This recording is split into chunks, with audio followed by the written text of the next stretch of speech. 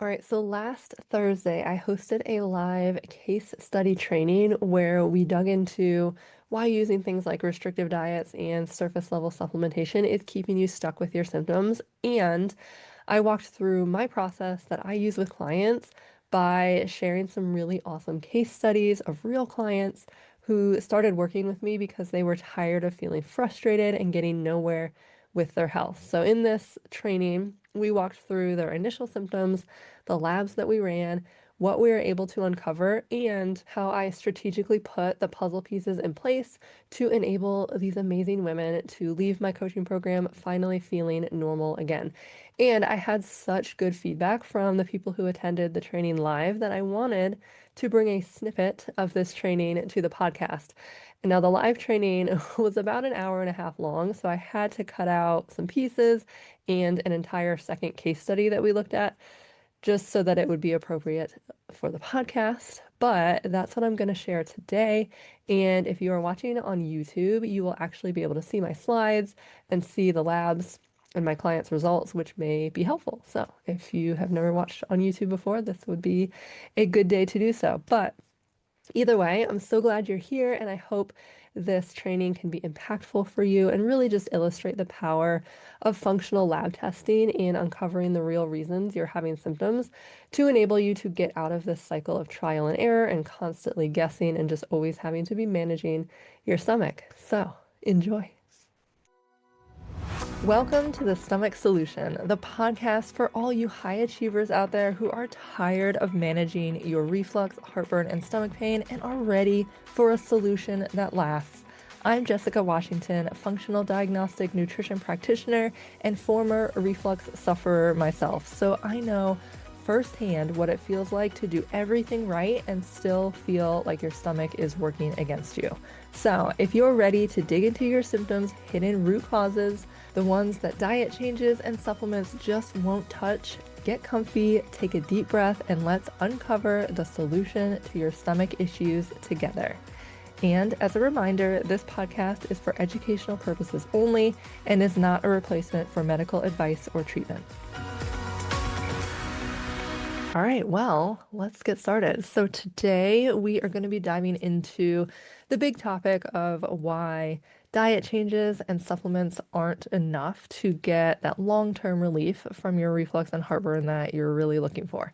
And so we're going to spend a little bit of time unpacking that whole theory, and then we will dig into two real-life client case studies that will illustrate exactly how you dig deeper in order to finally resolve your symptoms without needing to rely on those things like the restrictive diets and the expensive supplements. And so I'm going to try and make this pretty interactive. So I'll be asking questions throughout. And then if you do have any questions as we're going through, please drop them in the chat, or you can definitely save them to the end, but I don't want you to forget. But I will have time at the end. I'll stay as long as you need to answer things. And if you do resonate with what I go over today and want to dig into your unique hidden causes of your own symptoms using functional lab testing, you will be able to apply for my one-on-one coaching at the end of the program. All right, so first, I just wanted to introduce myself in case we have not met before, but hello, I'm Jessica Washington. I'm a functional diagnostic nutrition practitioner, and I also have a bachelor's in biomedical engineering. And I did work as a biomedical engineer for about 6 years after college. And I had some really cool opportunities, definitely some like dream job situations. I developed test methods for a human tissue preservation company, and I just ran a lot of cool experiments and things. And so loved that experience. And working in corporate America was also a lot for me. And it was a big contributor to a lot of my health issues, which ultimately led me to quit my corporate job and become an FDN-P. And I became an FDN-P so that I could heal myself. And then really got passionate about all of this functional nutrition and kind of this underworld here and wanted to use what I learned to help do the same for others. And so I was able to resolve my reflux, nausea, and stomach pain after many failed attempts, years of living on what seemed like the same 5 foods every day, and trying tons of different protocols that did absolutely nothing for me. And I did it using the strategies we are going to dig into today. And since becoming a functional practitioner and opening my own practice, I have been able to help over 100 women find relief from the reflux, heartburn, and stomach pain without restriction or endless supplementation. And because I lean heavily on the combination of my experience struggling with my health for over 5 years alongside my training as an FDN-P, my approach with clients is really what I think is a nice blend of science and data-backed decision making with real life strategy because I know what it feels like to be stuck with your health and not see a way out. So I'm able to approach client care with compassion and understanding because I have been there too. And then outside of my work with all of these health clients, I have been married to my husband and best friend for 11 years now, and we have a 6 and a 4-year-old boys. And so we have a lot going on, but very thankful to be able to have my health and my energy so that I can be present and enjoy my time with my people. Speaking of which, during my years-long battle with my gut health, I was anything but present and energized. And so here are some of my favorite pictures from my 5+ years of stomach issues. On the left, there's my giant stack of supplements that were costing me over $200 a month just to maybe help me function during the day. Who knows if they were actually working, but I was taking them and I felt like I was doing something productive. And then in the middle there is the GI map stool test that finally identified H. pylori and gave me the first real answers in my healing journey. And then on the right is me in the ER before that H. pylori diagnosis, just super dehydrated and unable to keep anything down without nausea and stomach pain and really just super desperate for answers. But I ended up leaving that ER with only a prescription for a PPI and everything looks normal stool test result from the physicians there. And I just remember thinking that this prescription can't be the only solution. Didn't want to live my life just getting by on medication, still completely uncertain about how my stomach was going to react day to day. And so after that trip to the ER, I did make an appointment with a GI doctor because I had found some information online about the low FODMAP diet and how it could be helpful for gut symptoms like mine. But I was really confused about the whole like red, yellow, green system it used and like the quantities of foods, and I really didn't know what I was doing and it wasn't really helping. And if you've ever seen like a low FODMAP handout before, maybe you felt the same. Here it is. It still gives me like traumatic flashbacks to look at it. And so I was hoping that the GI doctor would be able to give me some better guidance around my diet and just some overall direction to help me figure out what was causing my symptoms. And I still remember it today. I was in his office as like a young 20-year-old trying to explain my symptoms, and he just was looking back at me with the blankest stare. It was the weirdest thing, and I don't know what his specialty was or like why he was a doctor, but it didn't seem like he really knew what he was doing. So I got zero answers from my very expensive consult with him. But as I left his office, he told me that the front desk would be able to give me a low FODMAP diet sheet. So I was actually hopeful and excited that I would maybe leave his office with some better guidance around what I should eat and avoid.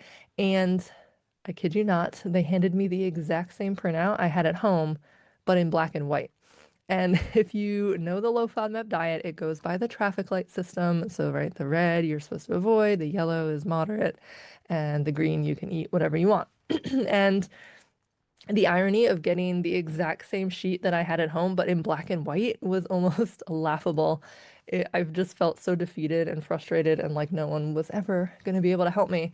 And so that was the beginning of my complete disenchantment with the conventional medical system, which ultimately led me to find the little underworld of functional and holistic health, which then enabled me to dig deeper than medications and diet restrictions to actually heal what was causing my chronic stomach issues. So, the big overarching lesson that I learned from my own healing journey and ultimately the resolution of my reflux and heartburn was that true and lasting healing is about so much more than simply responding to symptoms. And that's what we are going to get into today. All right.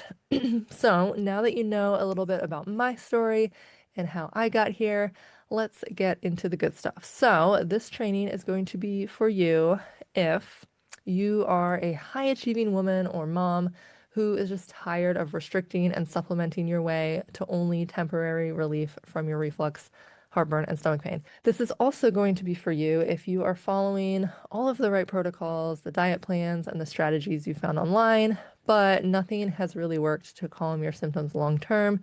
And it's been even more frustrating, especially because you're putting in so much effort. And this will be for you if you are completely over guessing at what your stomach needs and you're ready to uncover what is really going on so that you can actually fix it and feel normal again for good. Awesome. So, before we get started, let's get a little bit honest for a second. If what you have been doing was working, you wouldn't be here. And I know that's not easy to admit. I've been there too, and it's hard to like reflect on things and be like, yeah, this is really not working. But you are here and you've taken that first step, so I am proud of you for realizing that. But if what you were doing was working, you would be feeling better, not looking on the internet for solutions to your symptoms and attending these live webinars. So I'm glad you're here, but I'm sorry that you are here as well.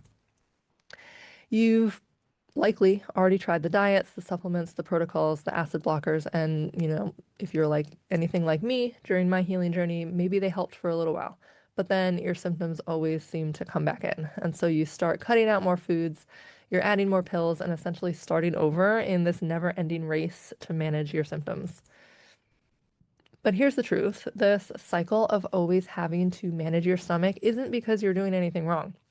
You're doing all the right things. Like the strategies you're using are likely similar to strategies that I use with clients. But this is happening because the approach you're using is built on just managing symptoms, not real healing.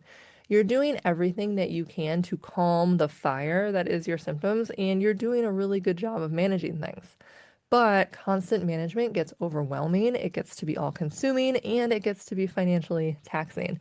And so the piece that you're missing is the strategy to fix what's causing your symptoms in the first place. And that's why the symptoms keep coming back. But if you can fix what is causing the symptoms to go that one step deeper than just managing things, you can stop thinking about your stomach all the time and just start living your life again. And you also don't have to stay in this cycle forever. And so I'm so glad that you chose to spend your evening with me because tonight we are going to chat about all of the strategies and things to help you be able to stop trying what feels like everything, and still feeling sick and miserable no matter what you do. And that is because there is so much room for healing that you are leaving on the table when you are using these current strategies of diet restrictions and supplementations. And those aren't working because they're only addressing the symptoms that you can see. So, if you think of your health like this little iceberg here, on the top of the iceberg, the part that we can see, right, we have your symptoms, the reflux, heartburn, constipation, nausea, whatever else you have going on. And if you just see that little symptom iceberg floating on by, you might think that's all there is to the picture, just the symptoms. But when you take a look under the water, when you dig a little bit deeper under your symptoms, you will find a whole other side to that iceberg that is often much larger and goes much deeper than that part on the surface. So under the surface, you will find a host of hidden imbalances driving your symptoms. And these are the things that are actually going wrong in your body to produce the symptoms that you're experiencing every day. And when all you do is manage the symptoms that you can see with things like diet changes and supplements, you're really just quieting your body's calls for help without addressing the underlying dysfunction that is still there, getting slowly worse and worse. And if I can make an analogy, this is kind of like when a baby cries and you just give them a pacifier.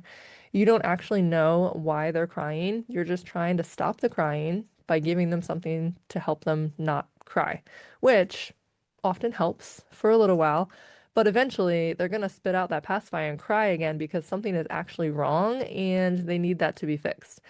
And until you dig deeper and figure out if they maybe need a new diaper, or if they're tired, or if they're hungry, or one of the hundreds of other things that a baby might need, they're going to keep telling you something is wrong with their cries.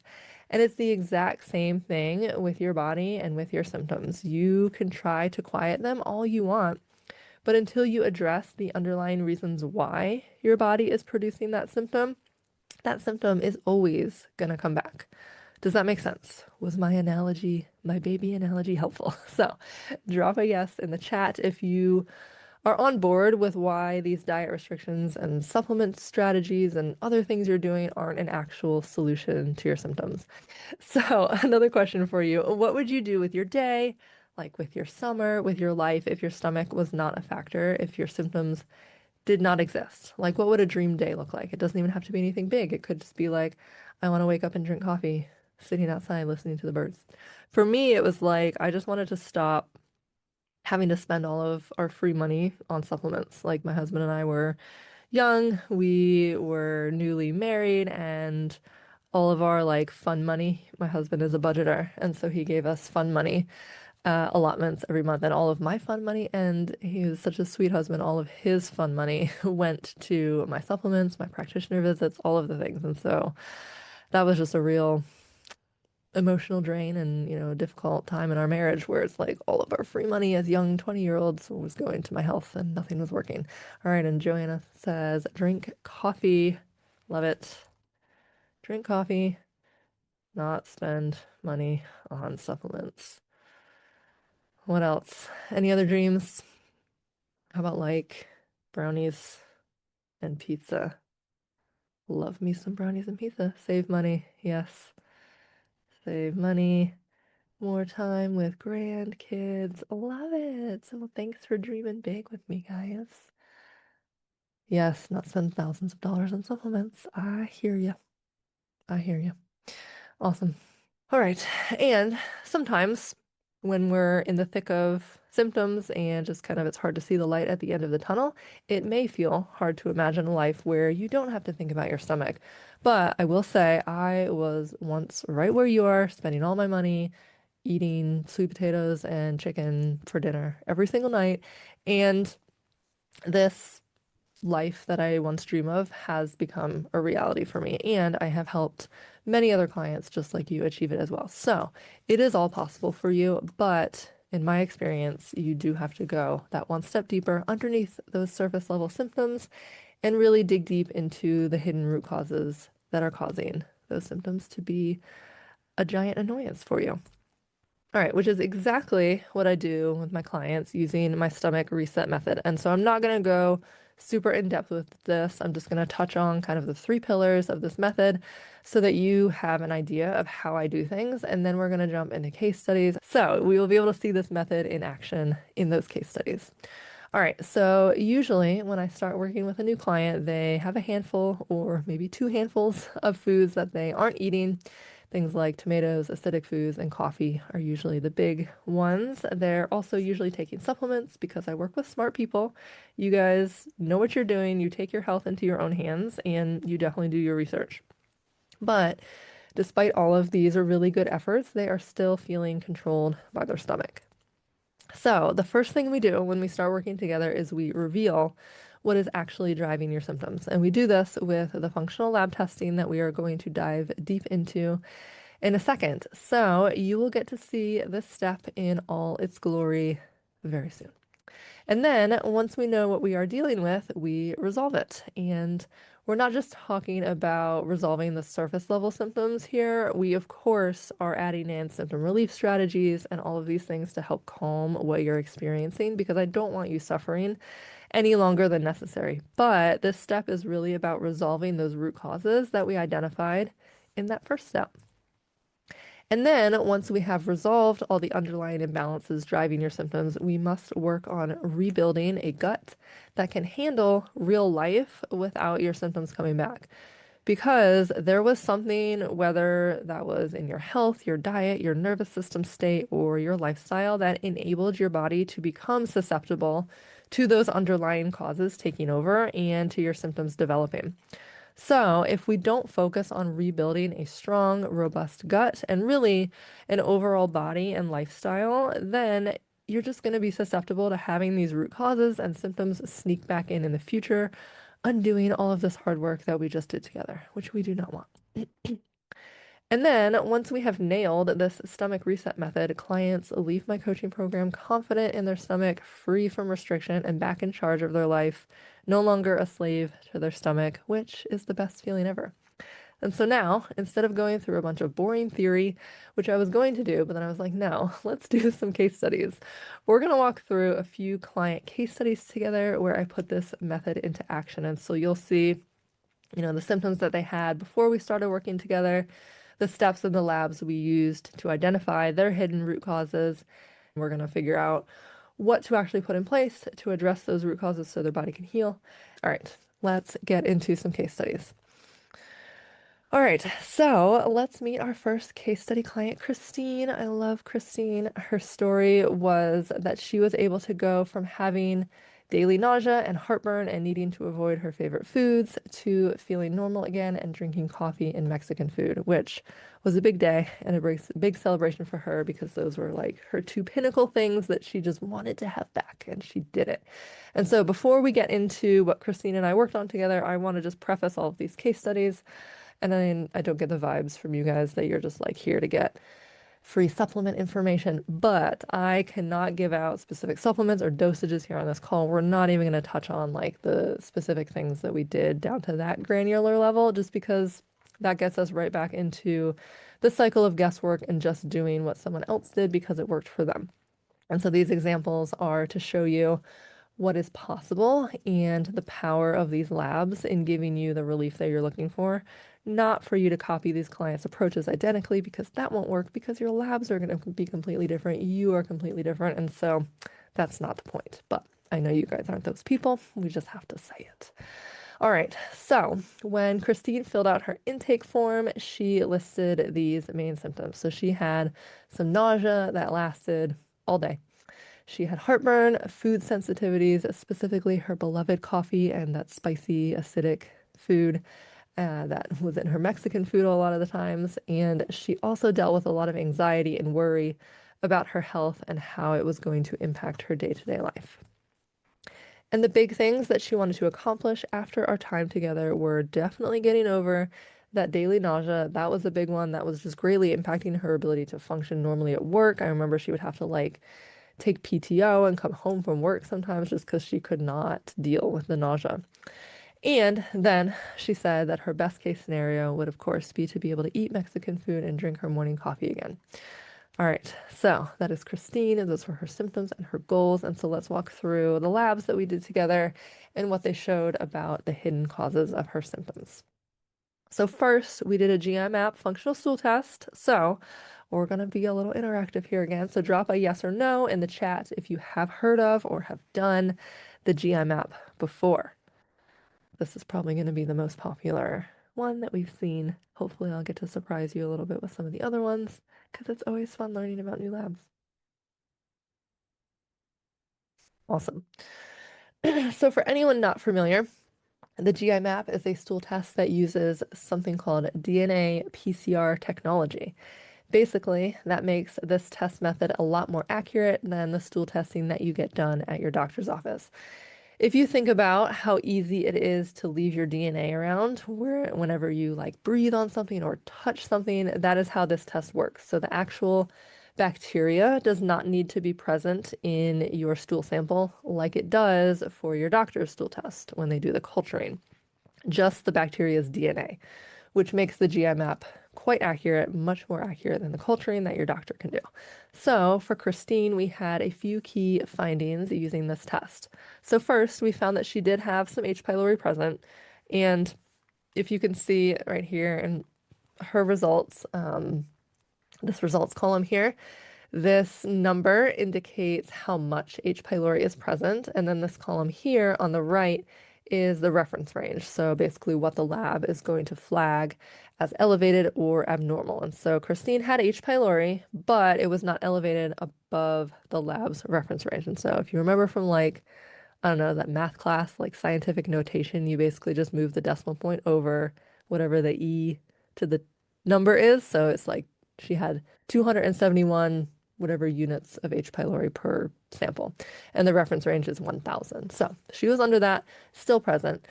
And anytime I see a client dealing with stomach symptoms like the nausea and the heartburn that Christine had, and they have H. pylori show up, I'm going to give them a protocol to address that infection. Now, the protocol that Christine goes on is not going to be the same as the protocol that someone who is completely elevated, super high H. pylori with a lot of virulence factors. So we take into account the person and their lab results. But if you have H. pylori and you're coming to work with me, we're going to address it. I know that that's not the same through all practitioners, but that's kind of my MO. And then further down in the report, we saw that Christine had very low levels of beneficial bacteria. And so you can see these little black triangles here are her results, and they are all kind of trending towards the left side a little bit low. And this is really kind of how I look at the beneficial bacteria section of the GMAP. We're not necessarily picking out individual bacteria to look at. I mean, we can sometimes, but we're really just looking at trends. And so clearly we have a depleted microbiome situation. And so here we definitely added in some microbiome support so that we could boost the levels of her beneficial bacteria, which are critical for things like gut lining health, lowering inflammation, increasing gut motility, and so many other things. So we need robust beneficial bacteria if we're going to have good gut function, good gut health, good digestion. And then, speaking of inflammation, Christine had some really intense immune activation, likely as a result of gluten intake. And so these results are pulled from the intestinal health section of the GMAP report. And this section is so helpful in just giving me really detailed information beyond just gut infections and bacteria so that I can best support your entire digestive system and gut terrain. So, explaining these a little bit, we have secretory IgA. This is basically your gut's immune defense system. And so, just like your body has an immune system, your gut also has a very robust immune system. And so, with this number quite elevated, her immune system was on high alert. It was actively working. There was something going on that was triggering that immune response. And when I see this elevated anti-gliadin marker right below it, that's the first thing that I think of that's activating this immune system. And so anti-gliadin is a marker that indicates just the immune response that your gut is having to the gluten protein. This is different than like a celiac disease diagnosis or anything like that. But we can just see that her gut is not happy with gluten, and it's likely driving this big immune response. And then she also has some calprotectin. It's kind of in this yellow range, so it's not high, but it's also not nothing. And so calprotectin is just a marker of inflammation. When this level gets up really high, past kind of this 150-ish range, I always like to refer clients to a GI doctor for like a colonoscopy, just further diagnostic testing, just to rule out things like IBD, stuff like that. But for Christine, it was not quite at that level and was likely being driven by this reaction she was having to gluten. And so all of this indicated that she just had a lot of immune response, likely to gluten. We didn't know for sure. We could do additional testing, something called a wheat zoomer, look into gluten and wheat a little bit more, but we didn't really feel that was necessary. We just removed gluten. She was okay with just doing that. We supported her gut lining, and those were really critical steps to help address all of this crazy immune inflammatory response going on. So, to summarize what we found on her GMAP. So, we found H. pylori. She had low beneficial bacteria. She was reacting strongly to gluten, and she had a lot of immune and inflammatory activity going on. And I've done enough of these GI maps and enough working with clients to know that really just removing gluten and reducing that inflammatory burden in her gut is a lot. It's enough to make a huge improvement in her symptoms alone. And again, not for everyone, so don't leave this thinking that you need to stop eating gluten in order to see an improvement in her symptoms. But for people who have elevated anti-gliadin and inflammation on their GMAP, those two things are huge needle movers for symptom improvement when you can get those markers to improve. All right, moving on to the organic acids test, or the OAT. Let me know if you have heard of that one. I love this. This is something I've added in recently that has been a amazing complement to the GM app. And so the oat is an at-home urine test that pairs really well with the GM app. And so where the GM app looks directly at your gut, the oat looks at metabolic byproducts of what's happening in your entire body. And this lets us catch things like hidden fungal infections like mold or candida that may not have shown up on the GI map. And we can get great insight into how your cells are actually receiving and using energy. And it has been a real game changer for a lot of my clients just for being able to identify like candida, mold, uh, other kind of pathogenic bacteria. It's been amazing. And so it was definitely a game changer for Christine. So the oat was able to catch this candida infection here with this elevated arabinose. And sometimes when you have elevated oxalic acid, that can also indicate yeast as well. And so she had both of those. So clear sign that she's got some yeast going on. Didn't show up on her GI map. That doesn't mean it's not there. It may just be colonized elsewhere. It may be under biofilms in her gut. And so yeast is really sneaky, which is why I love the oat. It's worth the cost of the test just to find or rule out yeast alone, in my opinion. Um, we also found that she did have some C. diff metabolites that were trending high, not, necessarily elevated, just on the high end. And so this wasn't something that needed to be addressed with a treatment protocol, but just more confirmation from what we saw on the GI map that she had low beneficial bacteria, which allowed some not so great bacteria to overgrow. And we really needed to tread carefully with her microbiome and not put her through an intense kill protocol for that H. pylori. She also had these really long, complicated things called 3-methylglutaric acid and 3-hydroxyglutaric acid that were elevated. And those are all really long words for just, we were able to identify that her body has some issues with mitochondrial health and energy production. And so this tells us that we needed to support her at the most basic level, the mitochondria. If you remember maybe from high school biology class, the mitochondria are the powerhouses of the cells, and without healthy mitochondria, cells don't have good energy and nothing happens very well in the body. And as a side note, if you want to learn more about mitochondrial health and how to support your cells, the book Good Energy by Casey Means is amazing. All right, so to recap, what the oat showed for Christine was that she had candida, and we also needed to go really slow and not bomb her gut with harsh treatment protocols because of this creeping up close to elevated C. diff metabolites, and she had poor mitochondrial health and low energy production. So, can you see so far with just these two labs that we have so much more information than just nausea and heartburn? We have now dug deeper below the nausea and the heartburn. We saw H. pylori, we saw a lot of inflammation, we saw some gluten sensitivity, we see candida, and we can do so much with this that will enable Christine to actually overcome those symptoms instead of just manage them. All right, and then we are not done yet. Next up, we have HTMA or hair tissue mineral analysis. I'll let me know if you've seen that one, heard of that one. Sweet.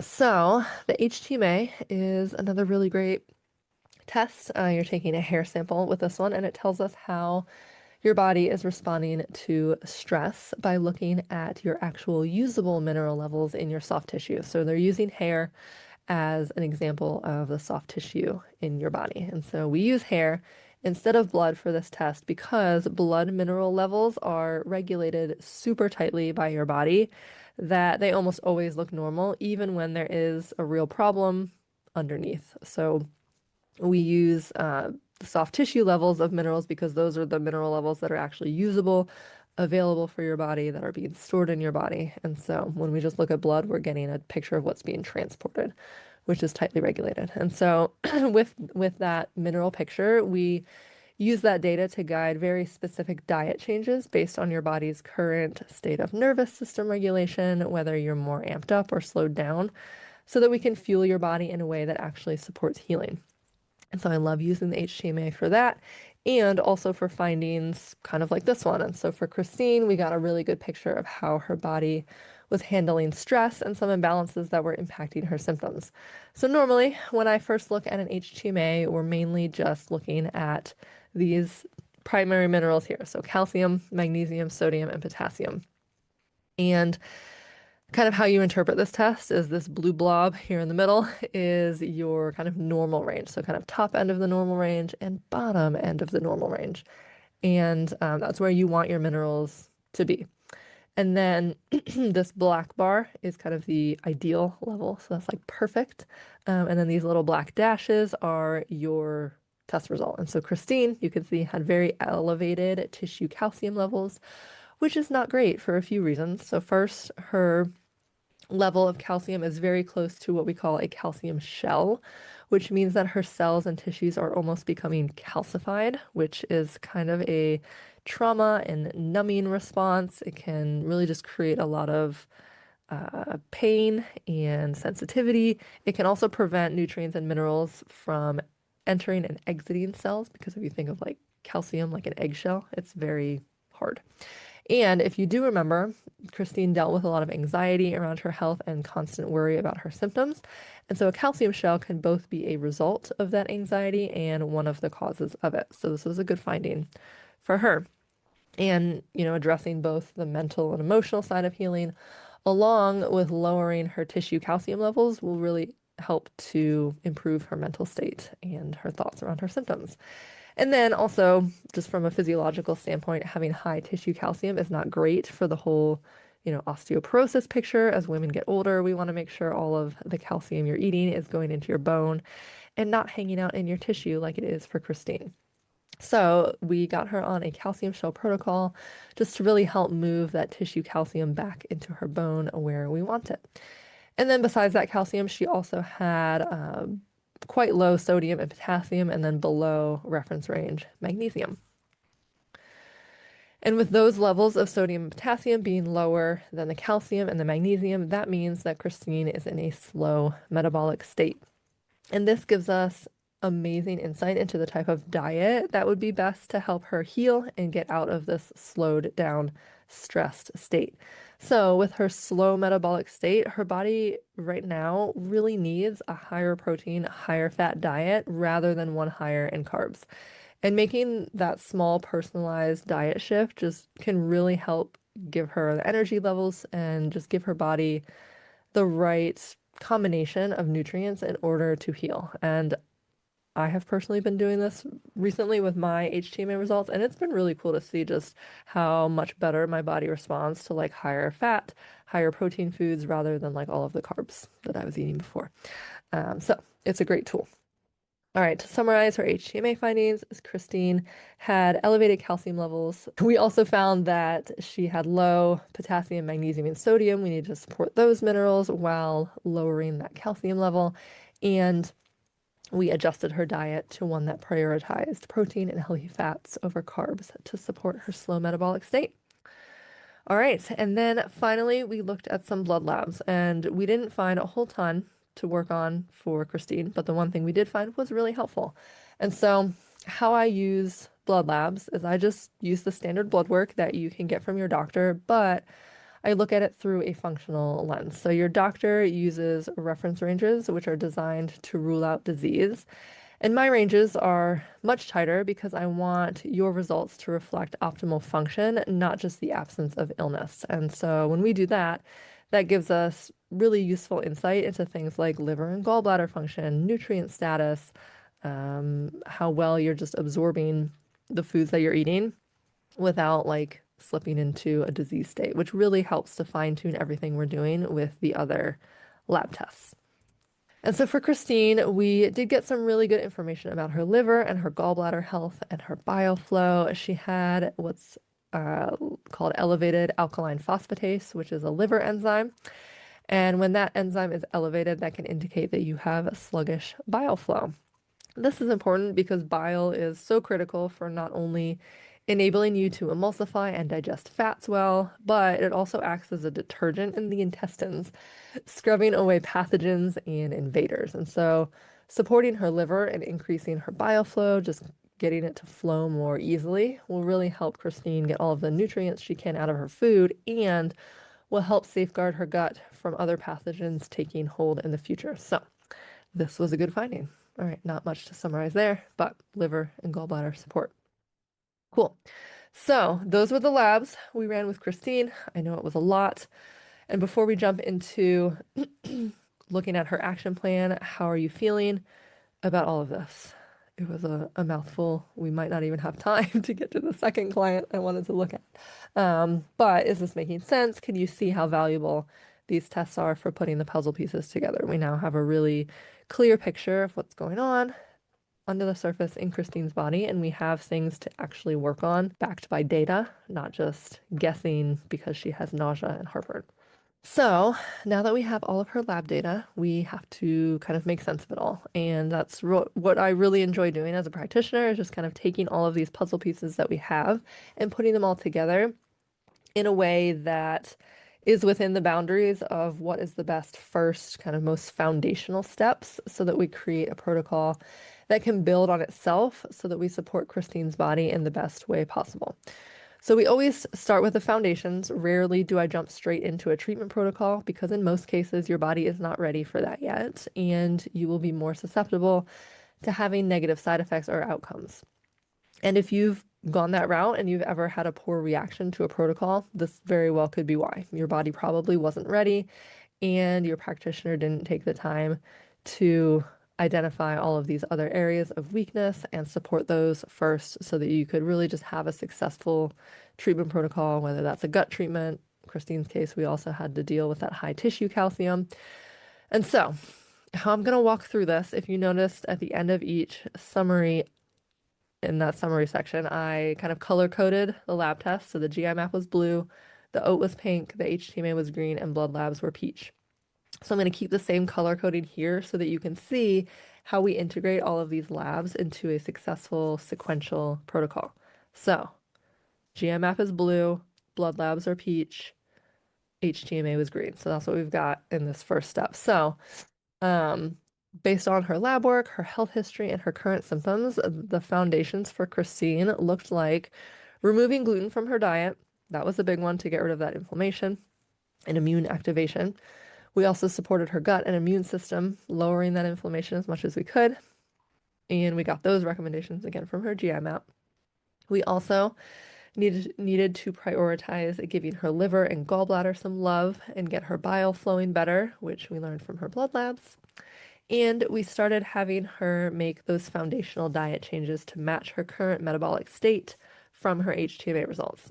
And so getting these foundational strategies incorporated into her life really just enabled Christine to support her body at the most foundational, fundamental level and set the stage for successful treatment protocols later. Then, once we had those foundational strategies in place, we could move on to strengthening Christine's gut and her overall resilience. Because if we skip this second step, this strengthening, rebuilding process, those treatment protocols are going to either be too difficult to tolerate or they're going to be effective only short term, and both of which we do not want because one's going to make you miserable, the other is going to make you frustrated that nothing you're doing is sticking. So for Christine specifically, and again, this looks different for everyone, we worked on addressing her main symptom complaints, the nausea and the heartburn, by soothing and supporting her stomach lining. We added in some microbiome support in the form of diet changes and targeted supplementation, which we knew we needed both from her GI map with the super low beneficial bacteria and her OAT results with that kind of creeping upward C. diff metabolite. And we added in minerals and supported her body's energy production from the HTMA. And then for Christine specifically, we also added in some nervous system supportive practices to help calm her anxiety and her overthinking around her symptoms.